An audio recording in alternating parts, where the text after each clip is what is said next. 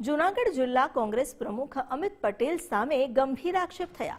અમિત પટેલ સામે ચૂંટણી ફંડના રૂપિયા ચાવ કરવાનો આરોપ લાગ્યો છે। ચૂંટણીમાં પાર્ટી ફંડનો અંગત ઉપયોગ કર્યાનો આક્ષેપ લાગ્યો। 4 તાલુકાના ફંડના નાણાં પોતાની પાસે રાખી લીધા તેવો આરોપ લાગ્યો છે। મેંદરડા તાલુકા કોંગ્રેસ પ્રમુખ ધીરુ કુંભાણીએ આરોપ લગાવ્યો। પ્રદેશ પ્રમુખને પત્ર લખી નાણાકીય ગેરરીતિનો આક્ષેપ કર્યો છે। પક્ષ તરફથી તાલુકા પ્રમુખને 25,000નું ફંડ અપાયું હતું। તમામ ફંડ જિલ્લા પ્રમુખના ખાતામાં મોકલવામાં આવ્યું હતું। જૂનાગઢમાં 4 તાલુકા પ્રમુખોને ફંડ ન પહોંચ્યાનો આક્ષેપ લાગ્યો છે।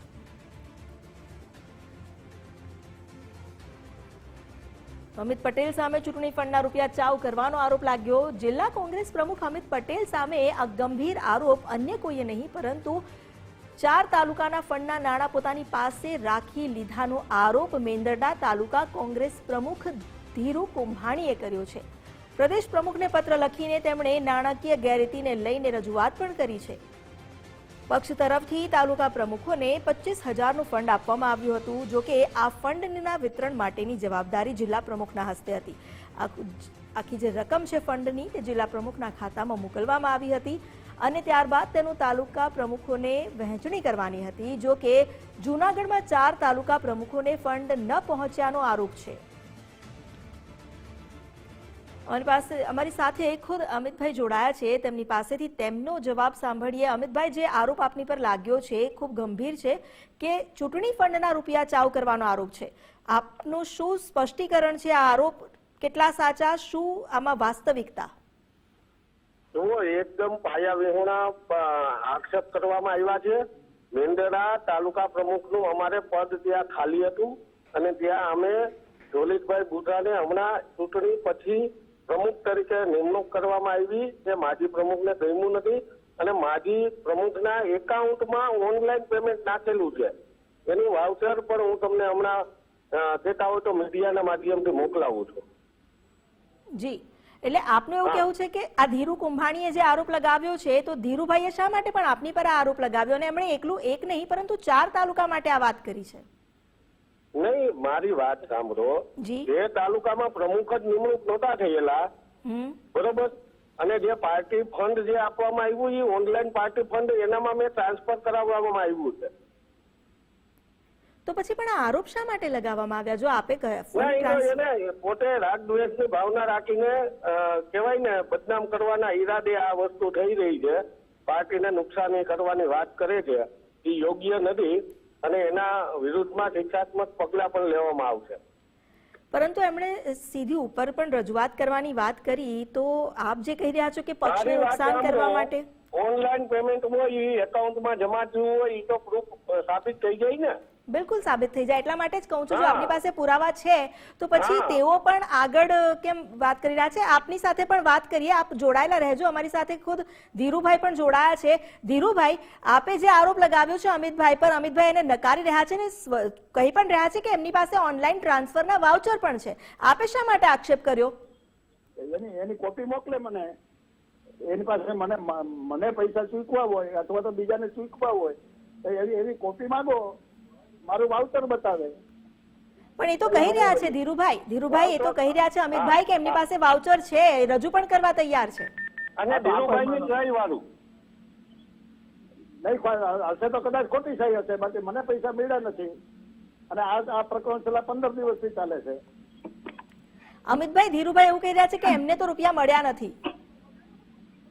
અમારા પ્રભારી જસવંતસિંહભાઈ હરિભાઈ એની સાક્ષીમાં એને હું તમને હજી કહું છું કે જે પાર્ટીના જે ઉમેદવારોના પૈસા હતા એ તમામ પૈસા ધીરુભાઈના એકાઉન્ટમાં નાખવામાં આવ્યા છે અને એનું વાઉચર છે, એની ઓનલાઈન મારી પાસે એન્ટ્રી છે, એ હું સ્ટેટમેન્ટ પણ તમને આપી શકું।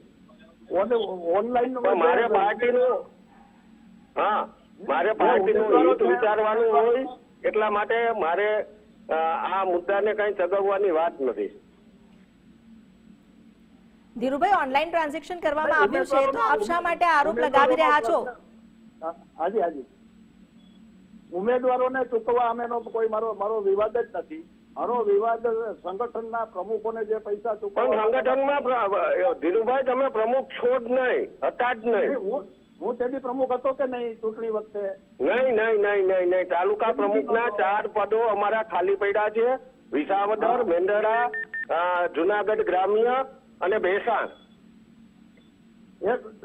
જો અમિતભાઈ ઓનલાઈન જયારે મીટિંગ થઈ ને ત્યારે જેટલા આપણે ભાઈ અમિતભાઈ નહીં, એ તો જવાબદારીના ભાગરૂપે તમને ત્યાં જવાબદારી એટલે તાલુકા પ્રમુખ તરીકે નહીં, તમે પેલા ભૂતકાળમાં પ્રમુખ હતા એટલા માટે તેમને જવાબદારી આપવામાં આવી હતી. એ ઓન પેપર પ્રમુખ છે જ નહીં. તમે સાંભળો સાહેબ, અમિતભાઈ ચાવડા સાથે ઓનલાઈન મીટિંગમાં સ્પષ્ટ નક્કી કર્યું કે જ્યાં સુધી બીજા નિમણૂક ન થાય ત્યાં સુધી દરેક પ્રમુખોએ ચાલુ રહેવાનું છે. અમિતભાઈ પણ સેવા કરી છે, ભરતભાઈ અમિતભાઈ પણ છે સુધી ચાલુ રહ્યા છે જ્યાં સુધી નવી નિમણૂક ન થાય ત્યાં સુધી. તો અમે ચાલુ પ્રમુખ હતા. આવા 4 જણા છે. તમે સમજ્યા નહીં, પ્રદેશને અમે જવાબ તમને એનો લેખિત આપ્યો છે, એટલે એવો વિવાદ કઈ છે જ નહીં. પાર્ટીને નુકસાની થાય એવો વિવાદ પેલા તો મીડિયામાં આવવો જ ના જોઈએ. ના, મીડિયાને મેં કોઈ દિવસ ઇન્ટરવ્યુ આપ્યું નથી. આજે પહેલી વખત આ થયું છે. મેં મીડિયાને કોઈ કોપી આપી નથી. મેં પ્રદેશ પ્રમુખ. તો આ કોપી ક્યાંથી આવી? મીડિયા પાસે ખબર નથી. જેની પાસે ડિસ્ક્લોઝ થઈ છે એને તમે પૂછો આ કોપી ક્યાંથી? તમે બેન કેમ તમારી પાસે કોપી ક્યાંથી પહોંચી બેન? અમિતભાઈ અને ધીરુભાઈ, આપ જે વાત કરી રહ્યા છો, અહીં તો પહેલો તો સવાલ એ થઈ રહ્યો છે કે પ્રમુખ કોઈ છે કે નથી સંગઠનમાં? શું આ પ્રકારનું સંકલન હોય છે? અહીં સવાલ હવે એ થઈ રહ્યો છે કે સંકલન કયા પ્રકારે છે? જિલ્લા પ્રમુખ એમ છે કે એ પ્રમુખ કોઈ નહોતા, તો આખા જિલ્લામાં કોઈની નિમણૂક નહોતી. કારણ કે આખા જિલ્લામાં 4 તાલુકા બાકી છે. 4 તાલુકા બાકી છે. નિમણૂક આપી દીધેલી હતી. જિલ્લા પ્રમુખ બદલે ને એટલે તમામ તાલુકા કોંગ્રેસ સમિતિ અને જિલ્લા કોંગ્રેસ સમિતિના પ્રમુખ છે ને ઇન્ચાર્જ થઈ જાય. આવી આપણા તાલુકામાં બધા એમનામ જ છે. જે ભરતભાઈ અમિતભાઈ વખતે હતા પ્રમુખો એ જ છે. એ જ બધા ચાલુ હતા. અને એની બધાને વારાપતિ બધા છે ને નિમણૂક આપીએ છીએ. અને બેન, હું તમને વાઉચરમાં ધીરુભાઈએ સહી કરેલી છે ઈ જ મોકલું. ધીરુભાઈ, અમિતભાઈ જે રીતે કહી રહ્યા છે, આપને ઓનલાઈન ટ્રાન્સફર પણ કર્યા છે એવી પણ વાત કરે છે. આખરે આ વાંધો ઉઠ્યો કેવી રીતે? હવે તો સવાલ એ થઈ રહ્યો છે, પેટ છોડીને શું ઉભું કરવાની વાત છે.